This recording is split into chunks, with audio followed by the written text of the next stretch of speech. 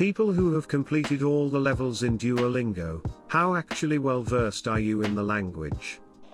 Here's a POV. YOUIO to MIO to IIO to SSEDIO to YOURIO to S. SPANEIO to IO to SIO to IO to IO to HLESSON. I finished all of the French 1-star Duolingo lessons. I have some background in French. I took French for 8 years from elementary school to high school. I am not well versed in the language at all. I can read very simple things. I can't conjugate verbs for the life of me, and conversation in French would be impossible. I think Duolingo is only really good for vocabulary. It would be hard to use Duolingo as your sole resource to learn how to hold a conversation or writing proper French. And #X200B. That being said, I was once in a McDonald's in Strasbourg, and when they called out sentence I recognized it as my order number, so I got that going for me. I can make basic conversation when traveling, but I'd never be able to discuss anything actually important. I didn't want to lose my family. Dutch. I'm a native German/English speaker and have lived in the Netherlands for quite a bit. I just went straight to the last checkpoint, took the test and had all levels completed at £1. I use it to make some XP whenever I'm too lazy to make them in the language I should actually learn. I guess I'm somewhat fluent in Dutch for most parts, but I couldn't discuss very detailed scientific/political matters. Not like, at all. A bit of basic vocab sticks, but that's about it. Couldn't hold a conversation to save my life. I did Duolingo for almost 9 months to learn French before a trip to Paris. I had basically no knowledge of French when I started. Was doing okay until they introduced the health bar, which eventually caused me to take screenshots of the right answer. It hardly helped me in Paris. My mom, who took French in high school, was better than me. 3 years later I don't think I know French any better than I did before using Duolingo. See, Congreho Cabeza Tonta. I've been trying Korean. I have level 3 in all units, level 4 on maybe 20 and level 5, gold, on about 15. I had a 425-day streak that I lost last year because I forgot to equip a streak freeze, and 187-day streak currently. I would not say I can speak Korean. I know some Korean now. I can read Hangul. I can pick out words or sentences when I watch Korean media. I can clumsily string together an understandable sentence when I need to, and I know enough bare-bones grammar to be able to read sentences, though I still have to use dictionary sites/Google Translate for words I don't know. My pronunciation, according to a Korean friend, is okay, but I speak very slowly. I think if I actually went to Korea, I'd manage to get by, but I wouldn't be confident about it. I would say that Duolingo has given me the foundation to build upon, but the building itself cannot be done by an app that punishes you for making a mistake and ranks you against strangers for no reason. As a native English and French speaker, I finished the Portuguese tree. Going from one Latin language to another is fairly easy, and I can say that I am fully functional in Portuguese. I can have conversations about various topics. I also finished the Chinese tree, but it only brought me to tourists level. If I were to be dropped somewhere in China alone, I could probably get by just barely. I can carry on a conversation pretty easily, but Duolingo was only part of the picture. I looked at YouTube videos, talked to people through HelloTalk, and studied vocabulary. I finished every section in the Duolingo Danish course, but I often forgot things I had learned in the beginning middle section because it had been so long since I'd done them. Unfortunately, I got lazy and didn't continue with it for long after I finished, so now I don't remember much at all. I could bust out some sentences while I was learning, but I was never fluent, and understanding spoken Danish while watching shows such as The Rain and Rita was extremely difficult for me, since Duolingo is mostly reading.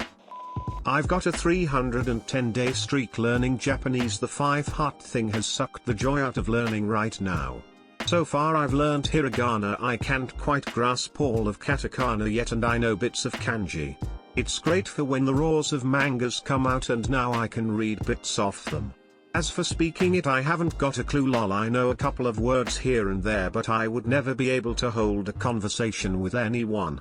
It really lacks in that aspect. Completed hours of Dutch Duolingo lessons. That was half a year ago. All I can remember is the word for bra. Really useful. This is actually a good question, but the answers are killing what little motivation I have. Someone here wants to learn Spanish? Anyone who can help me with French? Okay? I can't straight up speak Spanish, but I can read sentences that are in Spanish. I have a bad memory, so it's difficult for me to learn a new language, but I did it and I still study it in school too. I'm more of a memorize user myself.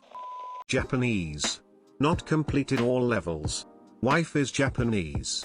I can probably converse with a toddler and understand about 10 to 40% of what someone is talking about if I know the context and pay attention. I find Duolingo is very helpful for learning kanji and new word acquisition. End communication. I completely the whole thing before I moved to France and got there and couldn't understand or speak a word. I'm serious, I learned nothing. I only wasted my time there. It didn't help me at all. I had to find something else. This kind of learning technique is not for me. See. I'll never forget how many times I've had to translate. So make of that what you will. I did Russian and Italian. My Italian wasn't bad for a year or so. Living there for a month probably helped though, because of Duo. The Russian course was beneficial as far as learning words goes. But, from growing up with Russians and already speaking a fair amount, I saw grammar wasn't really taught, nor was much useful slang.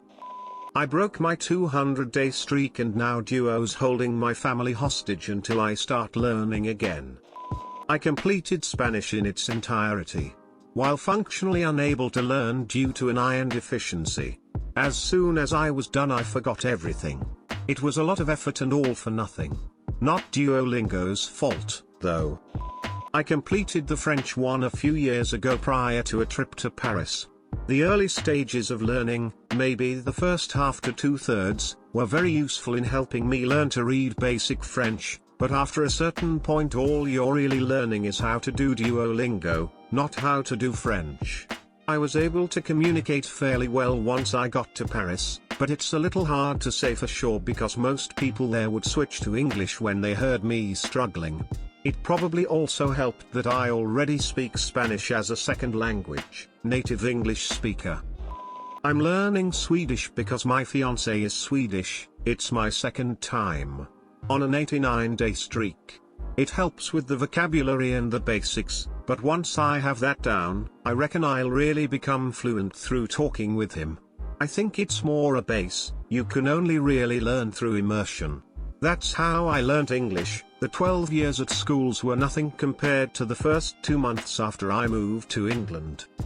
I used Duolingo to learn Esperanto and completed the tree for the first time in a matter of 7 weeks in 2016.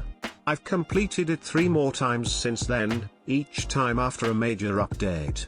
I speak Esperanto very fluently now, but I attribute it more to my constant practice of speaking and writing in 2016-2017, plus my use of supplemental materials, going to Esperanto meetups, etc.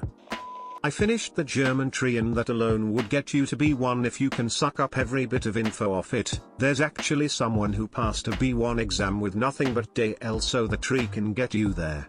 I had to do further self-study to get into B2 though. I'm now doing Turkish and it's going to be a much longer road. Completed all levels of French and it was only enough to get me into my French 2 course at my local community college. I only finished most of the Spanish levels. Honestly it didn't help much, but I do understand basic phrases and words in Spanish so I can translate, but I'm shit at speaking it.